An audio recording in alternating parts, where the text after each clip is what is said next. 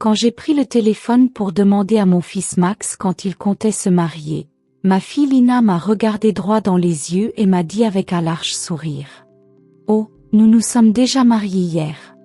Nous n'avons invité que des personnes spéciales. » Ces mots m'ont frappé comme un seau d'eau glacée. Des personnes spéciales. Moi, qui pendant 3 ans avais payé leur loyer mensuel de 5 cents, acheté chaque meuble de leur maison et rempli leur réfrigérateur quand ils n'avaient plus rien à manger. Je n'étais donc pas une personne spéciale. J'étais là, debout dans le salon de ma propre maison, tenant le téléphone comme s'il pesait une tonne, regardant mon fils éviter mon regard pendant que Lina s'installait confortablement sur le canapé que j'avais acheté pour eux. La robe bleue et verte que j'avais achetée pour leur mariage dormait inutilement dans ma chambre, à côté des chaussures neuves et de mon illusion d'être présente au plus beau jour de la vie de mon unique fils. J'avais dépensé 200 $ pour cette robe en imaginant combien je serais belle sur les photos du mariage, des photos où je n'apparaîtrais jamais. Pendant des semaines, j'avais tout préparé dans les moindres détails. J'avais même prévu de leur offrir 1000 $ comme cadeau de mariage. J'avais appelé ma sœur Diana à Chicago pour lui annoncer la bonne nouvelle. J'avais nettoyé ma maison de fond en comble, pensant qu'il viendrait peut-être fêter avec moi après la cérémonie. Tout cela s'est effondré en une seconde avec ces 4 mots. Seulement des personnes spéciales. Max a finalement levé les yeux et dit d'une voix hésitante. « Maman, c'était quelque chose d'intime, très petit, juste nous deux et les témoins. » Mais je savais qu'il mentait. J'ai vu les photos sur les réseaux sociaux. J'ai vu les parents de Lina poser fièrement aux côtés des jeunes mariés. J'ai vu ses frères lever leur verre de champagne. J'ai vu Lina en robe blanche, robe que j'avais contribué à financer avec les 800 $ que je lui avais donnés le mois précédent pour ses dépenses personnelles. J'ai tout vu. Tout ce que je n'aurais pas dû voir. Une semaine plus tard, exactement 7 jours après cette humiliation, Lina m'a appelé avec une voix complètement différente. Ce n'était plus la femme sûre d'elle qui m'avait exclue de son mariage. Elle paraissait désespérée, presque suppliante. « Renate, le loyer est en retard. Le propriétaire nous menace de nous expulser si on ne paie pas cette semaine. Tu as oublié de faire le virement. » Sa voix tremblait, comme si le monde s'écroulait. Je suis restée silencieuse quelques secondes, me souvenant de toutes les fois où j'étais allée à la banque pour faire ce virement, de toutes les fois où j'avais annulé mes propres projets pour qu'ils aient un toit sur la tête, de toutes les fois où j'avais mangé des pâtes et du riz pour pouvoir leur donner de l'argent. Et maintenant, après m'avoir exclu du moment le plus important de leur vie, ils osaient m'appeler comme si de rien n'était. « Lina », ai-je dit d'une voix calme, même pour moi surprenante, ne t'ai-je pas prévenu que je n'aidais que les personnes spéciales? Le silence de l'autre côté du combiné était si profond que j'entendais battre mon propre cœur. Pour la première fois depuis des années, ce n'était pas moi qui tremblais, mais elle. « Renate, je ne comprends pas, dit-elle. Nous avons toujours été spéciaux pour toi. Tu es comme une seconde maman pour moi. » Mensonges. Tous des mensonges. Cette voix douce, elle ne la prenait que lorsqu'elle voulait quelque chose, de l'argent pour la robe de mariage, pour l'anniversaire, pour les alliances, tout ce que j'avais payé sans savoir que je ne verrais jamais la cérémonie où ils les échangeraient. Pendant tant d'années, j'ai eu cette impression d'avancer sur des œufs, pesant chaque mot, chaque geste, chaque cadeau, espérant obtenir une miette d'affection de mon propre fils. J'ai été la mère parfaite, la belle-mère docile, la pourvoyeuse silencieuse qui ne se plaignait jamais même lorsqu'on me traitait comme si je n'existais pas. Mais cette phrase, seulement des personnes spéciales, a réveillé quelque chose en moi qui dormait depuis trop longtemps. J'ai calculé dans ma tête tout l'argent que j'avais dépensé pour eux en 3 ans, le loyer, la nourriture, les cadeaux, les urgences, les factures, plus de 20 000 $. 20 000 $ que j'avais puisés dans mes économies, dans ma pension, dans l'héritage que mon mari défunt m'avait laissé pour vivre mes dernières années en paix. Et tout ça, pour être traitée comme une étrangère le jour du mariage de mon propre fils. Cette nuit-là, assise sur mon lit, j'ai pleuré. Mais ce n'étaient pas des larmes de tristesse. C'étaient des larmes de colère, de frustration, de toutes ces humiliations accumulées en silence. J'ai pleuré pour toutes les fois où on m'a fait sentir que mon amour ne valait rien, que ma présence était un fardeau, que mon argent était la seule chose qu'on attendait de moi. J'ai pleuré pour la mère idiote que j'avais été, pour la femme qui s'était perdue en voulant se rendre indispensable à ceux qui ne la considéraient pas ainsi. Le lendemain matin, quelque chose en moi avait changé. Ce n'était pas seulement la douleur de la trahison. C'était plus profond, plus froid. Je me suis regardée dans le miroir, les mêmes yeux fatigués, les mêmes rides racontant des années de sacrifice. Mais dans mon regard brillait désormais une détermination nouvelle.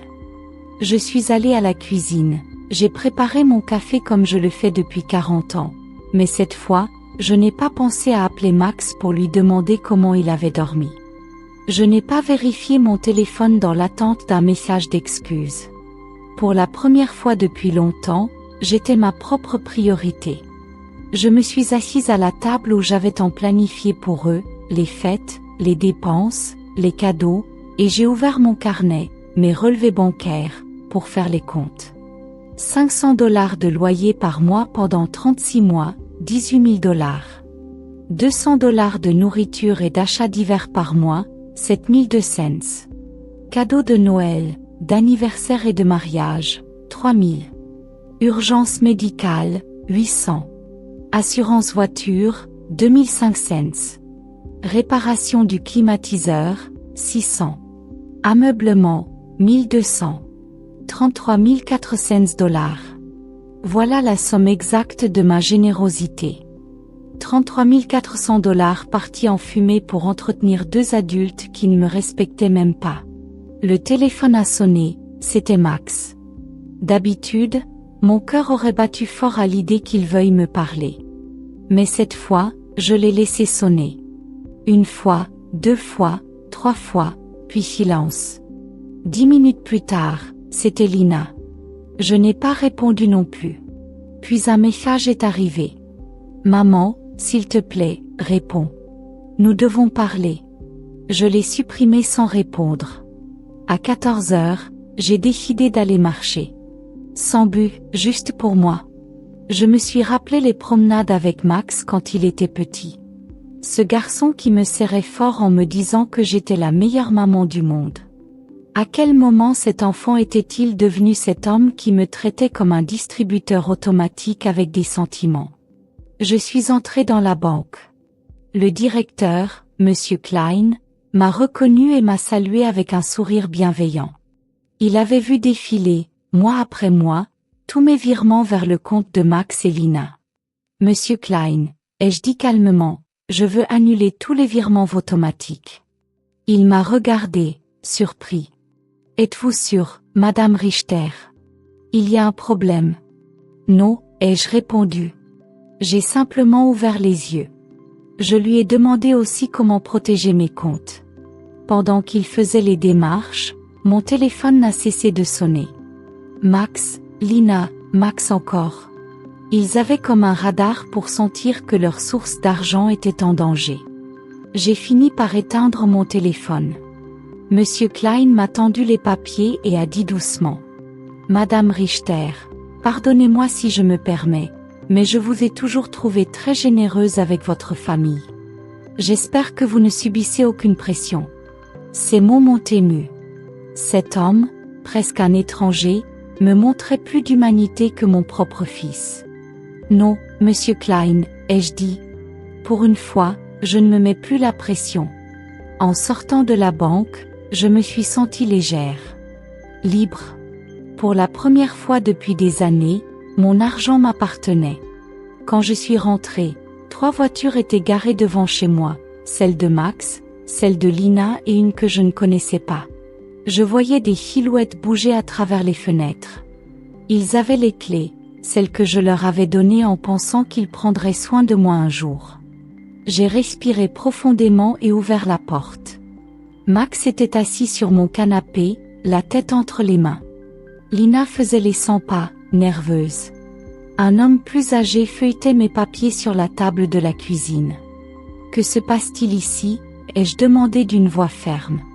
Tous m'ont regardé comme si j'étais une étrangère. Renate, dit Lina avec empressement, merci à Dieu que tu sois là. Nous devons parler. Voici Monsieur Fischer, un avocat de famille. Mon avocat, ai-je répété calmement. Pour quelle raison aurais-je besoin d'un avocat? Maman, dit Max, la banque nous a dit que tu avais tout annulé. On s'inquiète pour toi. L'homme s'est avancé, la main tendue. Madame Richter, je suis le maître Fischer. Vos enfants se préoccupent de votre santé mentale. Ils m'ont demandé d'évaluer la situation. Je ne lui ai pas serré la main. J'ai ramassé mes papiers. Ce sont mes documents personnels. Vous n'avez pas le droit de les consulter. Max a soupiré.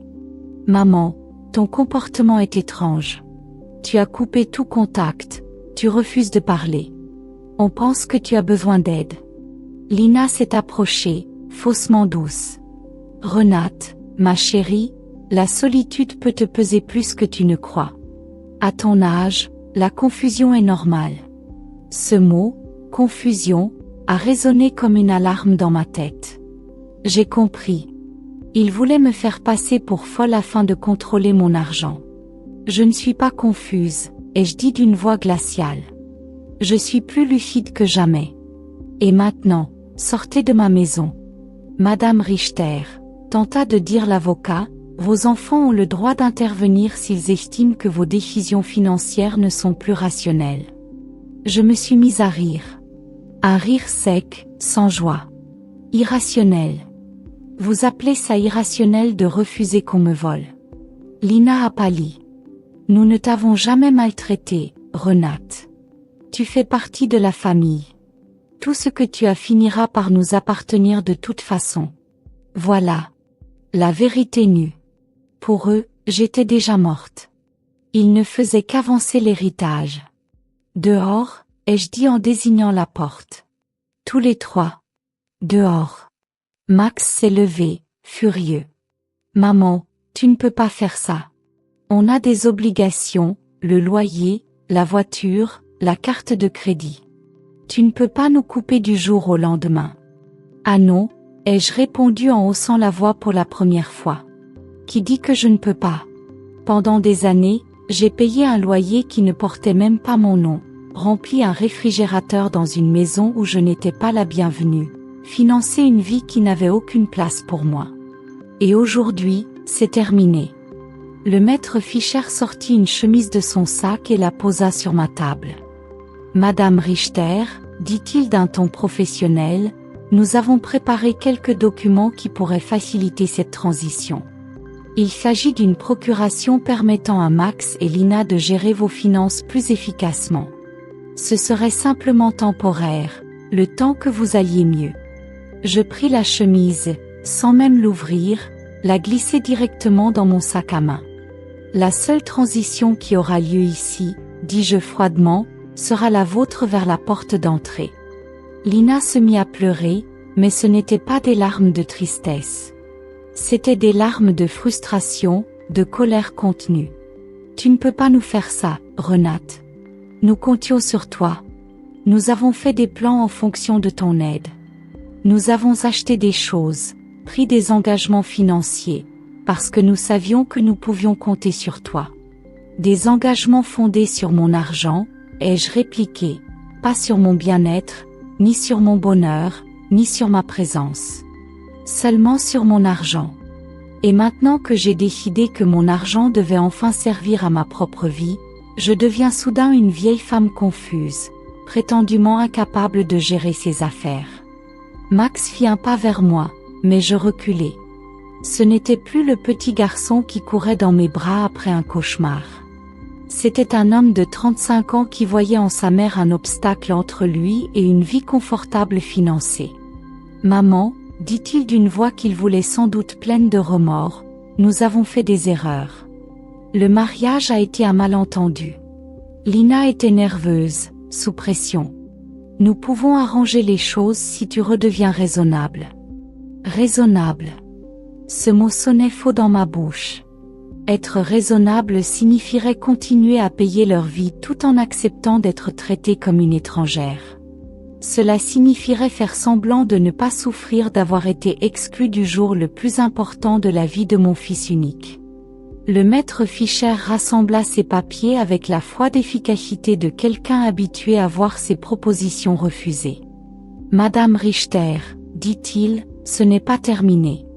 Votre famille dispose d'options légales. Si vos décisions sont réellement irrationnelles à cause de troubles mentaux, un tribunal peut juger que vous avez besoin d'un tuteur légal. » Ces mots furent comme un coup porté en plein cœur. Je compris alors que ce n'était pas seulement une visite manipulatrice, mais une menace juridique.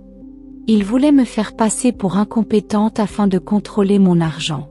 « Maître Fischer, dis-je en le fixant droit dans les yeux, je vous conseille vivement de faire vos recherches avant de menacer une femme de 71 ans qui gère ses finances seule depuis 40 ans, qui a élevé son fils après la mort de son mari, qui a travaillé honnêtement toute sa vie jusqu'à sa retraite, et qui, jusqu'à la semaine dernière, soutenait financièrement 2 adultes parfaitement capables. » Lina cessa de pleurer et me lança un regard glacial qui révélait enfin son vrai visage.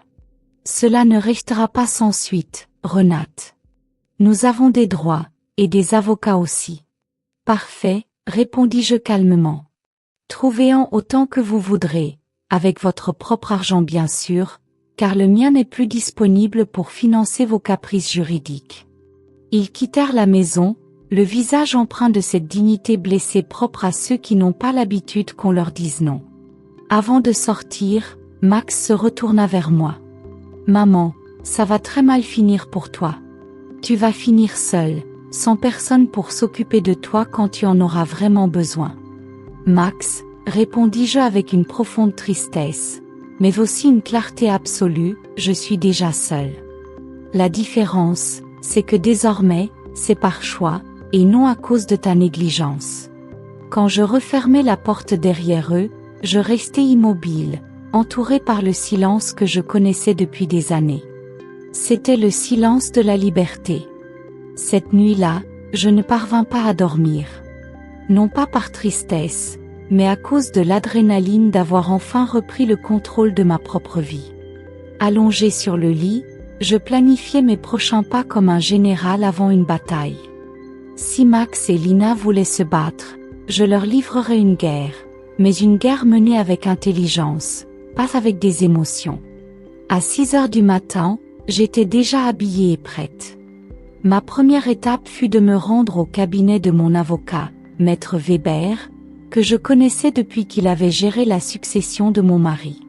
Contrairement à Maître Fischer, celui-là avait une réputation irréprochable et se spécialisait dans la protection des droits des personnes âgées.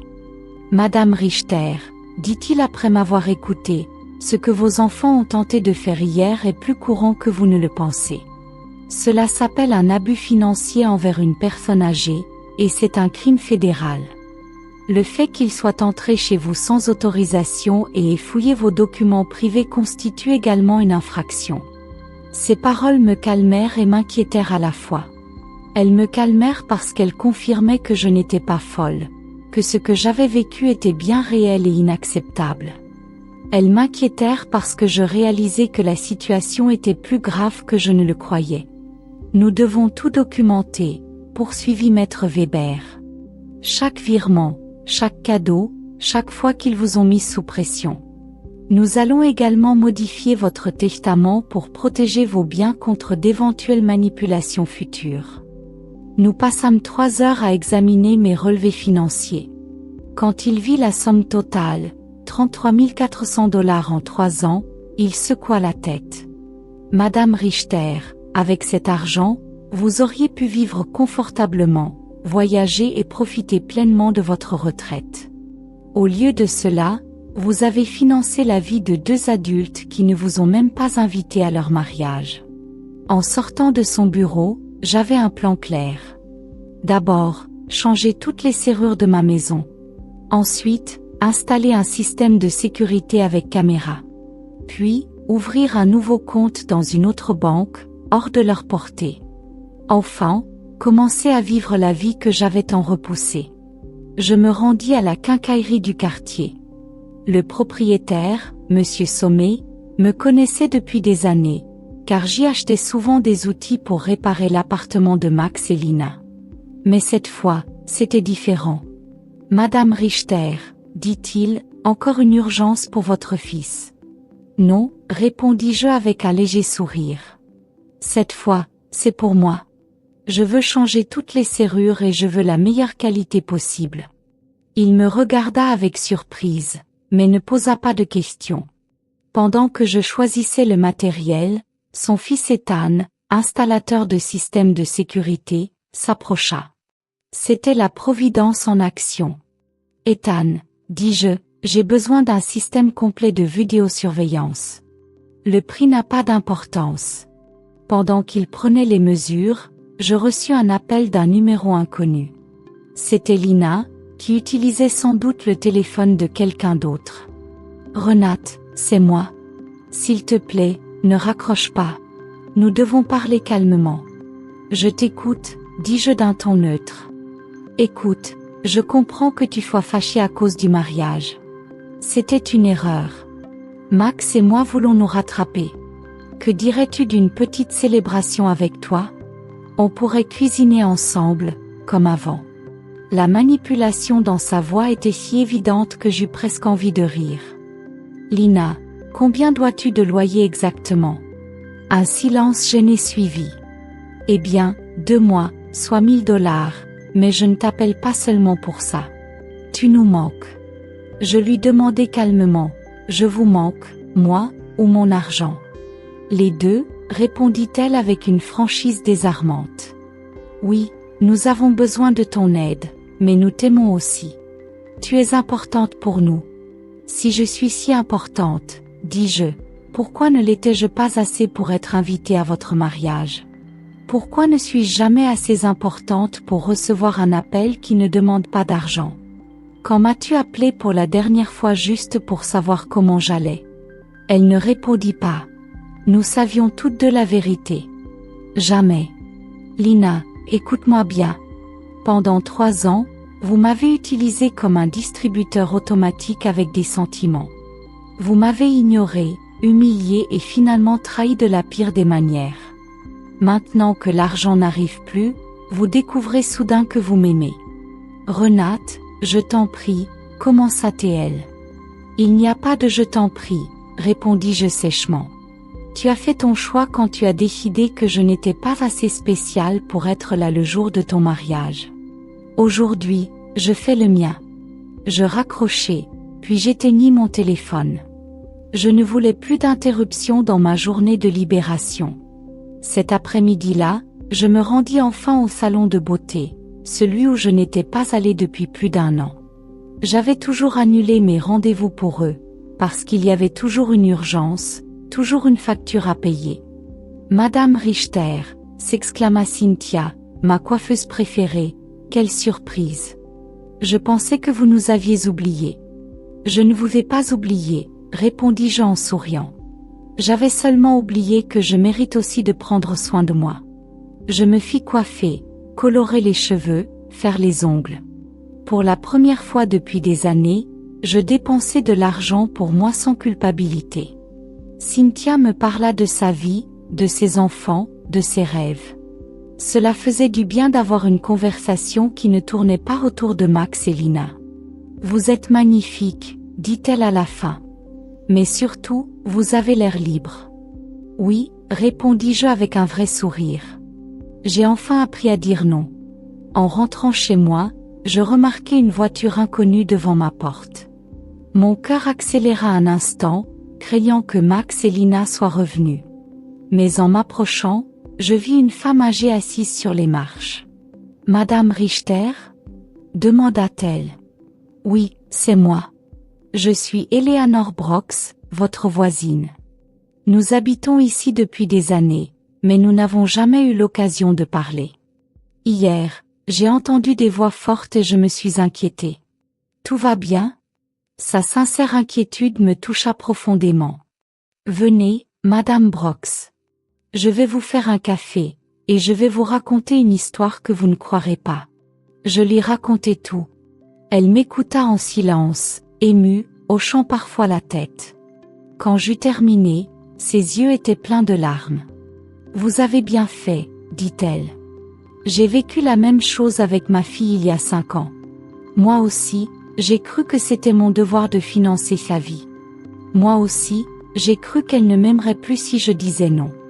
Et qu'avez-vous fait ? Demandai-je. J'ai tout arrêté. Les 6 premiers mois ont été horribles. Mais un jour, ma fille m'a appelé pour s'excuser. Aujourd'hui, nous avons une vraie relation, fondée sur l'amour, pas sur l'argent. » Ces paroles m'apportèrent une paix inattendue. Pensez-vous que Max et Lina comprendront un jour ? Peut-être oui, peut-être non, répondit-elle doucement. Mais ce n'est plus votre responsabilité. Votre responsabilité maintenant, c'est de vivre. Cette nuit-là, pour la première fois depuis des années, je m'endormis sans penser au loyer de Max et Lina, ni à leur repas, ni à leurs projets. Je m'endormis en pensant à moi, à mes rêves, à mon avenir. Et je dormis mieux que je ne l'avais fait depuis très longtemps. C'était comme si tu étais un simple prestataire de service, pas une personne. Ces paroles m'ont blessée, mais c'était une douleur nécessaire, comme celle qu'on ressent quand un médecin nettoie une plaie infectée. Ça fait mal, mais c'est le début de la guérison. Tu sais ce que j'ai aussi remarqué ? Dit Diana. Lina parlait toujours de toi au futur. Quand Renate ne sera plus là, on pourra rénover sa maison, ou, quand on héritera, on investira dans l'entreprise. C'était comme s'ils attendaient ta mort pour enfin vivre. Cette révélation m'a frappée comme une douche froide. Ils ne me voyaient pas seulement comme un distributeur automatique, mais comme un obstacle temporaire entre eux et l'argent. Pendant que j'essayais de les rendre heureux, ils planifiaient un avenir où je n'existerais plus. Après avoir parlé avec Diana, je me suis assise dans ma cuisine pour réfléchir à tout cela. Des années de mariage avec un homme qui m'aimait vraiment, 35 années à élever seul mon fils après la mort de mon mari et 3 années à financer 2 adultes qui me considéraient comme un obstacle de $100 000. La sonnette a retenti. Sur les caméras, j'ai vu qu'il s'agissait d'Eleanor avec un gobelet à la main. J'ai ouvert la porte et elle m'a tendu un café chaud. Je me suis dit que tu aurais peut-être besoin d'un peu de compagnie après tout ce que tu m'as confié hier, m'a-t-elle dit avec ce sourire que j'avais appris à apprécier. Nous nous sommes assises dans mon salon et Eleanor m'a raconté sa propre expérience. Ma fille m'a dit exactement les mêmes mots que Lina te dit à toi. Tu es comme une seconde mère pour moi, nous sommes spéciales pour toi, tout sera à nous un jour de toute façon. Ce sont des phrases répétées, Renate, apprises dans le même manuel de manipulation émotionnelle. Tu crois qu'un tel manuel existe ? Ai-je demandé en plaisantant à moitié. Pas officiellement, mais on dirait qu'ils lisent tous le même livre. Le premier chapitre s'intitule « Fais-lui croire qu'elle est indispensable ». Le deuxième, « Crée des urgences financières ». Le troisième, « S'il y a résistance », parle de sa santé mentale. Nous avons ri, mais c'était une tristesse déguisée. Reconnaître ces schémas si prévisibles dans le comportement de nos propres enfants était à la fois douloureux et tragique. T'es-tu déjà senti coupable d'avoir coupé les vivres ? Ai-je demandé à Eleanor. Tous les jours pendant les 3 premiers mois, m'a-t-elle répondu honnêtement. Mais ensuite, j'ai vu les résultats. Ma fille a dû trouver un deuxième emploi. Son mari a arrêté de jouer au golf tous les week-ends et s'est mis à chercher un travail supplémentaire. Ils ont appris à vivre selon leurs moyens et, surtout, ils ont appris que j'étais une personne, pas une ressource. Cet après-midi-là, j'ai décidé de faire quelque chose que je repoussais depuis des années, visiter la tombe de mon mari. J'avais toujours trouvé des excuses pour ne pas y aller, car Max ou Lina avaient toujours une urgence où je préférais consacrer le prix du taxi à l'une de leurs soi-disant priorités. Le cimetière était calme et magnifique. La tombe de Robert paraissait un peu négligée, car je n'y étais pas venue depuis des mois. Je me suis assise à côté de sa pierre et je lui ai parlé comme s'il était encore là. Robert, mon amour, je crois que je me suis perdue un moment. Après ton départ, j'ai mis toute mon énergie dans Max. Je voulais être la meilleure mère du monde, pensant qu'ainsi, il grandirait bien malgré l'absence d'un père. Mais je crois qu'en chemin, je me suis oubliée moi-même. Le vent soufflait doucement et, un instant, j'ai eu l'impression qu'il m'écoutait. Notre fils est devenu quelqu'un que je ne reconnais plus. Ou peut-être a-t-il toujours été ainsi et je refusais de le voir. Sa femme est... Eh bien, tu sais comment elle est. L'argent que tu m'avais laissé pour vivre en paix, je l'ai dépensé pour eux. Mais c'est fini, mon amour. J'ai compris ma leçon. J'ai nettoyé sa tombe, changé les fleurs et je suis restée là encore 1 heure, savourant le calme. Pour la première fois depuis longtemps, je n'étais pas pressée de rentrer pour gérer une nouvelle crise de Max ou Lina. Mais quand je suis rentrée, 3 voitures étaient garées devant ma maison. Mon cœur s'est accéléré, mais cette fois j'étais prête. Les caméras montraient Max, Lina et 2 inconnus, visiblement agités. Je ne suis pas sortie de la voiture. J'ai appelé mon avocat, Monsieur Weber. Monsieur Weber, ils sont encore devant chez moi. Cette fois, ils ont amené d'autres personnes. Que dois-je faire? Ne sortez pas, Madame Richter. J'arrive immédiatement et j'appelle la police. Après notre conversation d'hier, j'ai déjà demandé une ordonnance restrictive. Ils n'ont pas le droit d'approcher votre propriété. Quelques minutes plus tard, il est arrivé avec 2 voitures de police. J'ai vu les agents parler à Max et Lina. Mon fils gesticulait avec colère, Lina pleurait, mais ses larmes ne m'atteignaient plus. Un agent s'est approché de ma voiture. Madame, vous pouvez sortir, c'est sans danger. Vos visiteurs vont partir immédiatement. Quand je suis sortie, Max a crié depuis la rue. Maman, c'est ridicule. Nous sommes ta famille. Tu ne peux pas appeler la police contre ton propre fils. Je lui ai répondu avec un calme qui m'a moi-même surprise. La famille ne menace pas les siens de procès pour incapacité mentale, la famille n'entre pas chez les autres sans permission et la famille ne traite pas sa mère comme un distributeur automatique. Lina a crié à son tour. Tu vas payer tout ce que tu nous dois. Nous avons les factures que tu as signées. Tu ne peux pas nous abandonner comme ça. Monsieur Weber est intervenu. Toute communication future passera par mon bureau. Et je vous conseille de ne plus faire de menaces, car ma cliente possède tous les justificatifs de paiement volontaire effectués durant 3 ans. Je les ai vus repartir, abattus mais pas vaincus. Je savais que ce n'était pas fini, mais pour la première fois je me sentais en sécurité. J'avais de l'aide professionnelle, le soutien émotionnel d'Eleanor, surtout, une clarté d'esprit que je n'avais plus eue depuis longtemps. Ce soir-là, Eleanor m'a invité à dîner chez elle. J'y ai rencontré sa fille, et j'ai vu de mes propres yeux ce qu'est une relation familiale saine. Elles se parlaient avec respect, s'écoutaient sincèrement, riaient ensemble. Sa fille n'a pas demandé d'argent une seule fois. J'aimerais avoir ça avec Max, ai-je confié à Eleanor.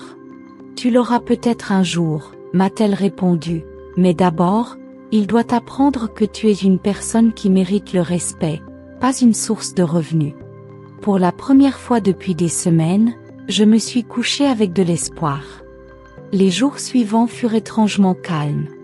Les caméras montraient Max et Lina passer plusieurs fois par jour devant ma maison, parfois en voiture, parfois en s'arrêtant quelques minutes, comme s'ils étudiaient mes habitudes. Monsieur Weber m'avait recommandé de tout noter. Leur insistance jouera en notre faveur, m'avait-il dit. Chaque fois qu'ils apparaissent après avoir été prévenus, cela renforce notre dossier pour une interdiction définitive. Le mardi matin, alors que je prenais mon petit déjeuner, la sonnette a retenti. Sur les caméras, une jeune femme élégamment vêtue, un sac à la main, souriait poliment. Je ne la connaissais pas, mais sa posture indiquait qu'il ne s'agissait pas d'une simple visite. Bonjour, Madame Renate Richter. Je suis assistante sociale au bureau des services aux personnes âgées. Nous avons reçu un signalement indiquant que vous pourriez être en danger, et nous devons effectuer une évaluation de bien-être. Mon sang s'est glacé. Max et Lina étaient passés à l'étape supérieure. Ce n'était plus une simple menace d'avocat, ils avaient fait appel à l'État. Puis-je voir votre carte d'identité ? Ai-je demandé calmement. Bien sûr, répondit-elle en me montrant un badge officiel. Je m'appelle Mademoiselle Schmidt. Puis-je entrer pour parler avec vous ? Je l'ai laissée entrer, sachant qu'un refus aurait empiré la situation. Elle s'est assise et a sorti un dossier. Madame Richter, nous avons été informés que vous avez modifié brusquement vos habitudes financières, que vous avez cessé toute communication avec votre famille et que vous avez installé des systèmes de sécurité excessifs. On nous a aussi dit que vous avez refusé une aide médicale et juridique proposée par vos proches. Chaque mot était choisi pour me faire passer pour une vieille femme paranoïaque. J'ai reconnu la main de Lina dans cette rédaction. Elle a toujours su manipuler les mots. Mademoiselle Schmidt, ai-je dit dignement, je souhaite appeler mon avocat avant de répondre à vos questions. Madame, il ne s'agit pas d'un interrogatoire, mais d'une évaluation de santé. Si vous n'avez rien à cacher, cela ne devrait pas être un problème de discuter. Cette phrase m'a révoltée. C'est exactement ce que disent les abuseurs. Si vous êtes innocente, pourquoi refuser qu'on envahisse votre intimité ? J'appelle mon avocat. Vous pouvez attendre ici ou revenir un autre jour, mais je ne répondrai à aucune question sans représentation légale. J'ai appelé Monsieur Weber et il est arrivé en 20 minutes. Mademoiselle Schmidt, dit-il en voyant son badge, avez-vous un mandat judiciaire pour être ici ? Ma cliente est sous ma représentation, et toute enquête non autorisée constitue une intrusion illégale.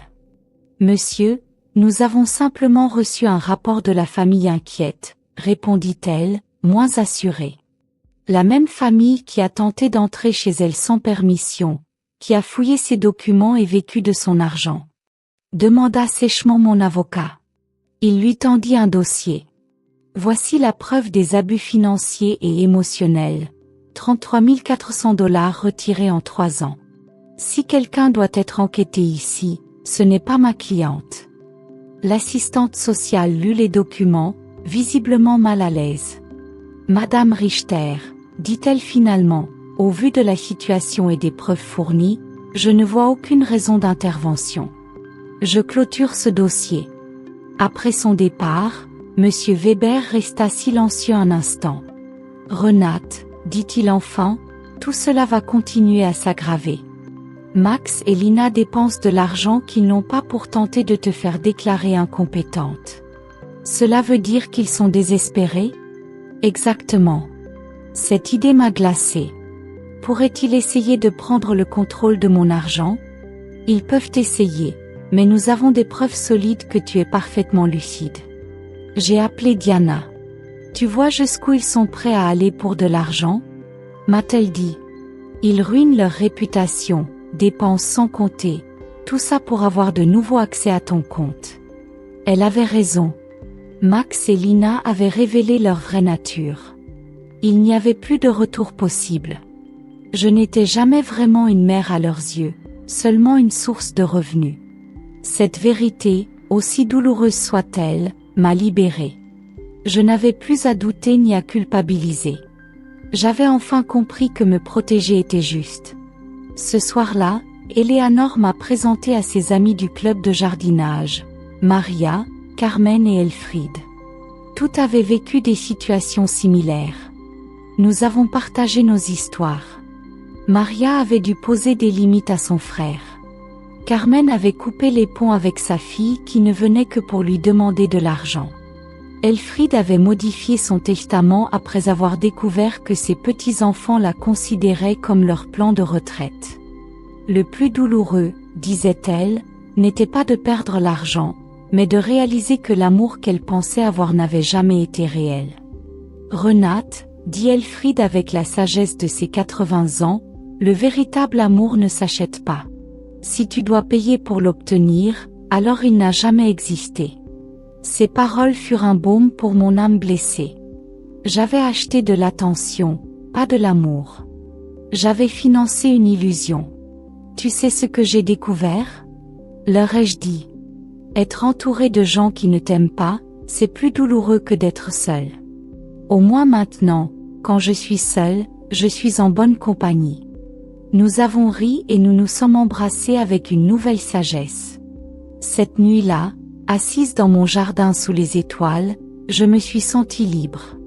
Pour la première fois de ma vie adulte, je ne devais rien à personne. Et au lieu d'en avoir peur, cette liberté m'a rendue heureuse. Je pouvais voyager, rénover ma maison, m'offrir de beaux vêtements, donner à ceux qui en avaient besoin. Enfant, ma vie m'appartenait. J'ai pu investir dans mon propre futur au lieu de financer le présent de personnes ingrates. La liberté se ressentait comme de l'espoir et pour la première fois depuis des années, je voulais planifier mon avenir. Un mois après la visite du psychiatre, je pensais avoir enfin gagné la guerre. Je m'étais installée dans une routine. Je commençais mes journées par le petit déjeuner et la lecture du journal. Je me rendais dans mon jardin, déjeunais avec Éléonore ou l'un de mes nouveaux amis, et l'après-midi, je me consacrais à des activités que j'avais laissées de côté pendant des années. J'ai recommencé à peindre, une passion que j'avais avant de devenir la gestionnaire financière de Max et Lina. Mais un dimanche matin, alors que je peignais des fleurs sur ma nouvelle toile, Monsieur Weber est venu chez moi avec une expression qui fit tomber mon sang dans mes veines. « Renate, nous devons parler. » Max et Lina ont signé une demande officielle d'incapacité mentale dans le cadre du Code de la famille. Ils demandent qu'un tuteur légal vous soit assigné. Les mots me tombèrent dessus comme des pierres. Je savais que c'était une possibilité, mais l'entendre prononcer à voix haute la rendait terriblement réelle. Cela signifie-t-il qu'ils peuvent prendre le contrôle de mon argent? Si un tribunal détermine que vous ne pouvez pas gérer vos affaires, oui. Il pourrait assigner Max comme votre tuteur légal, ce qui lui donnerait un contrôle total sur vos finances. Je me suis affaissée sur mon canapé, sentant le poids de la plus profonde trahison que j'avais jamais connue. Mon propre fils essayait de me déclarer légalement incapable pour voler mon argent. Monsieur Weber, quelles preuves pourraient-ils avoir? Vous avez vous-même vu que je suis totalement compétente. Ils ont les témoignages de 3 personnes affirmant que vous vous êtes comporté de manière erratique. Ils ont aussi produit des factures médicales et des prescriptions que vous auriez soi-disant ignorées. Mais c'est faux. Je n'ai aucune facture médicale ni aucune prescription non respectée. Je sais, Renate, mais ils ont fabriqué des preuves convaincantes. Ils ont aussi inclus la déclaration du docteur Lehmann disant que votre refus de coopérer avec une évaluation psychiatrique est interprété comme un signe de troubles mentaux. La manipulation était diabolique. Ils avaient transformé mon refus de passer un examen inutile en preuve d'une maladie mentale. Ils avaient utilisé mon instinct pour me protéger d'eux comme preuve que j'avais besoin de protection. Qui sont les 3 témoins? Monsieur Weber consulta ses documents. Lina, un voisin nommé Monsieur Davis et quelqu'un prétendant être votre pharmacien, Monsieur Green. Monsieur Davis était le voisin de la rue, un homme désagréable qui avait souvent des problèmes avec moi parce que mes amis s'arrêtaient parfois devant sa maison. Monsieur Green était mon pharmacien, mais je ne comprenais pas ce qu'il pouvait avoir contre moi. Je dois parler avec Monsieur Green, dis-je à Monsieur Weber. Quelque chose ne va pas.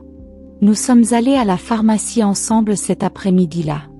Monsieur Green m'accueillit, surpris et nerveux. Madame Richter, c'est un plaisir de vous voir. Comment allez-vous? Monsieur Green, vous avez signé une déclaration disant que je montrais un comportement erratique avec mes médicaments. Son visage devint rouge comme une tomate. Madame Richter, votre fille est venue il y a quelques semaines et a posé des questions sur vos médicaments. Elle disait qu'elle s'inquiétait parce que vous agissiez de manière étrange. Et qu'avez-vous répondu? Je lui ai expliqué que je ne prenais que des vitamines et de l'aspirine occasionnellement, que je n'avais aucune prescription, mais elle a insisté pour dire que c'était une preuve que je ne prenais pas soin de ma santé. Monsieur Weber intervint. Monsieur Green, avez-vous signé un document? Il sortit un document confirmant que Madame Richter avait des habitudes irrégulières concernant ses médicaments. Je pensais que c'était pour son assurance santé, je ne savais pas que c'était pour un accusé. Mon propre pharmacien avait été entraîné à signer quelque chose qu'il ne comprenait pas entièrement. La manipulation de Lina ne savait rien. Monsieur Green, vous devez rédiger un document expliquant exactement ce qui s'est passé et clarifiant que je n'ai aucun problème avec mes médicaments. Bien sûr, Madame Richter, je suis profondément désolée pour ce malentendu. Après la pharmacie, nous sommes allés confronter Monsieur Davis. Quand nous avons frappé à sa porte, il nous a reçus avec une hostilité évidente. « Que voulez-vous, Monsieur Davis ?» demanda Monsieur Weber. « Je comprends que vous avez signé un document sur le comportement de ma cliente. » « Oui, c'est vrai. Cette femme est folle. Elle agit bizarrement depuis des semaines. Pouvez-vous être plus précis sur les comportements que vous avez observés? Elle installe des caméras comme si elle vivait dans une zone de guerre, elle reçoit des étrangers tout le temps, elle crie à sa famille dans la rue. » Je réalisais que Monsieur Davis avait tout pris hors contexte. Les caméras étaient installées pour la protection. Les étrangers étaient mes nouveaux amis. Les cris étaient ma manière de défendre ma maison contre les intrusions de Max et Lina. Monsieur Davis, savez-vous pourquoi j'ai installé ces caméras? Non, et cela ne m'intéresse pas. Pour me protéger de mon fils et de ma fille qui sont entrés chez moi sans permission et m'ont menacé. Ah, ce que dirait une personne folle, répondit-il brutalement. Il n'y avait aucune manière de répondre. Ces déclarations étaient basées sur des observations superficielles mal interprétées. Cette nuit-là, Monsieur Weber et moi avons planifié notre défense. Renate, nous avons besoin de notre propre évaluation psychiatrique. J'ai un collègue, Monsieur Moore, expert en capacité mentale. Il peut confirmer officiellement que vous êtes complètement compétente. Et si Max et Lina ont soudoyé le juge?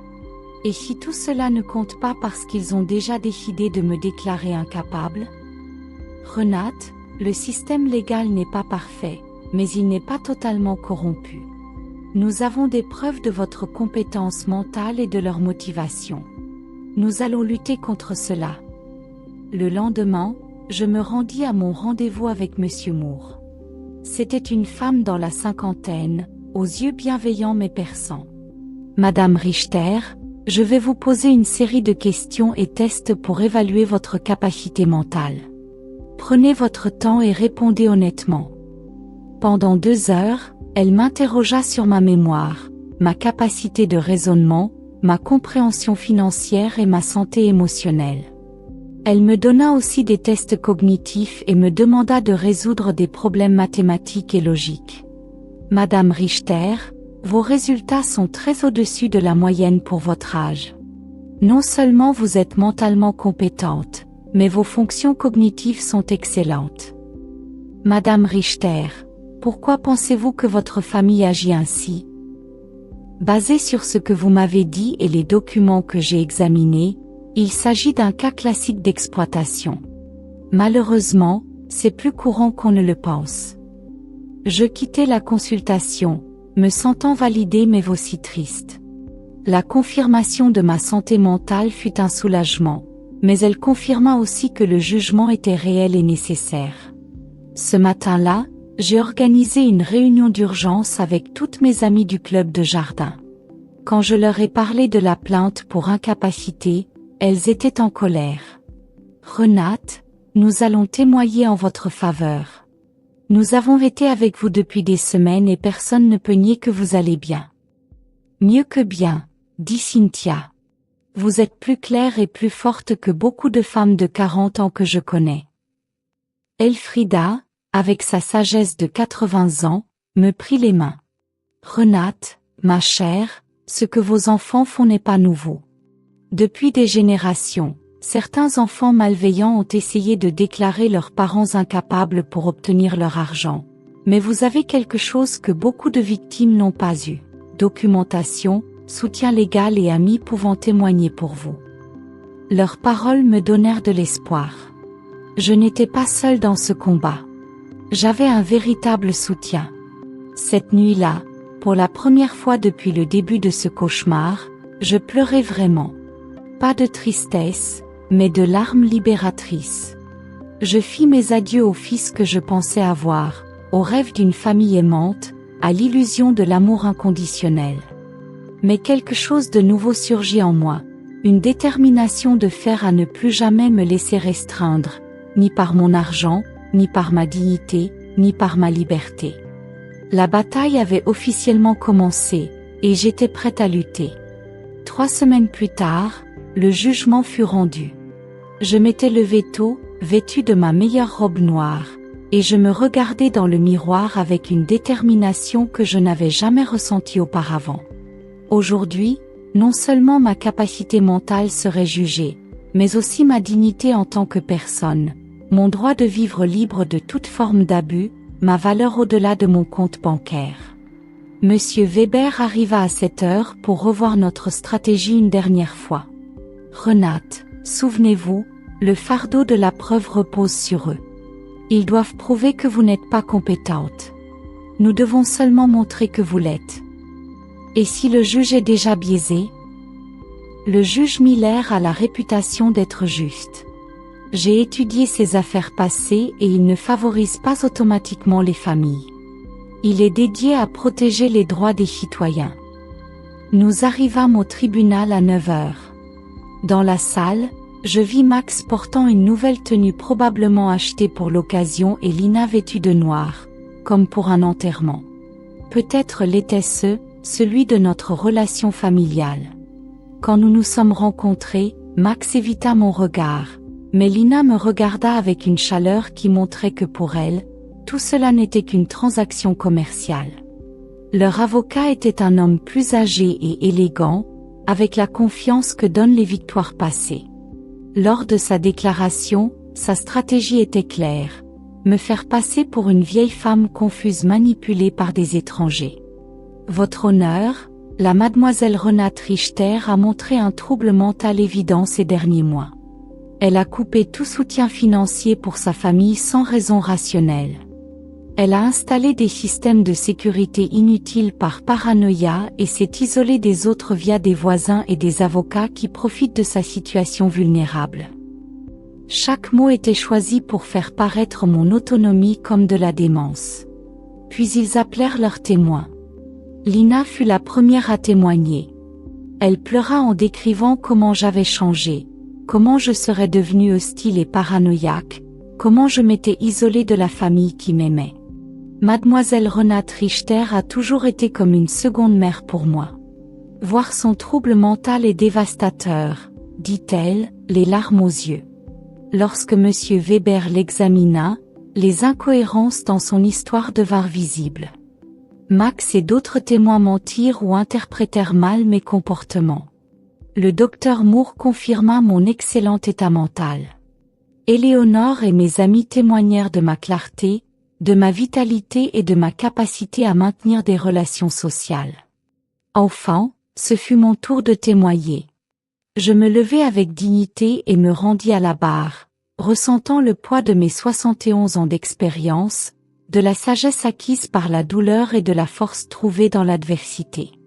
Les 33 400 $ que j'ai dépensés en 3 ans représentent l'humiliation d'avoir été exclu de cérémonie, la manipulation constante et émotionnelle, la violation de ma vie privée, les menaces légales. Pourquoi ai-je cessé de soutenir financièrement mon fils et ma fille? Parce que j'ai compris que ce que je recevais d'eux n'était pas de l'amour. C'était une transaction déguisée en relation familiale.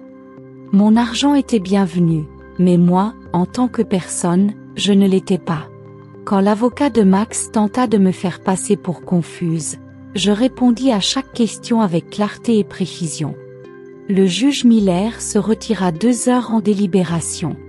Quand il revint, il déclara: « Il est évident pour ce tribunal que mademoiselle Renate Richter est totalement capable. Les évaluations psychiatriques confirment sa compétence. Ses décisions financières, bien que douloureuses pour sa famille, sont rationnelles et dans son droit. Mon cœur battait à tout rompre. De plus, la preuve montre que cette affaire est motivée par l'intérêt financier plutôt que par le souci réel du bien-être de madame Richter. Le tribunal rejette donc la demande de tutelle. J'avais gagné.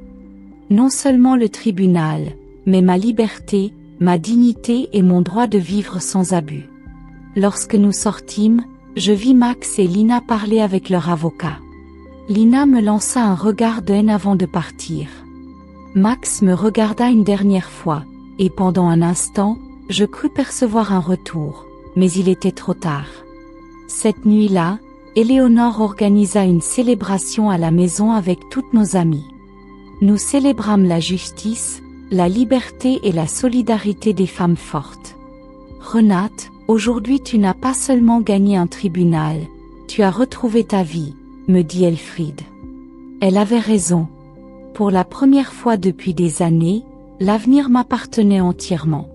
Je pouvais voyager, aimer, créer et vivre sans peur, sans culpabilité, sans manipulation. 3 mois plus tard, je vendis ma maison et emménageai dans un appartement près du centre-ville. Je donnai la moitié de mon argent à des organisations protégeant les personnes âgées des abus familiaux. Avec l'autre moitié, je vécus la vie que j'avais toujours désirée. Je voyageai en Europe, pris des cours d'art et rejoignis des groupes de bénévoles. Je n'entendis jamais plus parler de Max et Lina. J'appris seulement qu'ils durent emménager et que Lina trouva enfin un travail. Peut-être que l'adversité leur apprit ce que ma générosité ne pouvait jamais leur enseigner, la valeur du travail honnête et de l'indépendance. Certaines nuits, en regardant les étoiles depuis mon nouveau balcon, je repense à la femme que j'étais un an plus tôt, effrayée, manipulée, croyant devoir acheter l'amour. Cette femme est morte. Aujourd'hui, je suis née de nouveau, ayant compris une vérité fondamentale. L'amour véritable n'a jamais de prix et la liberté n'est jamais trop chère.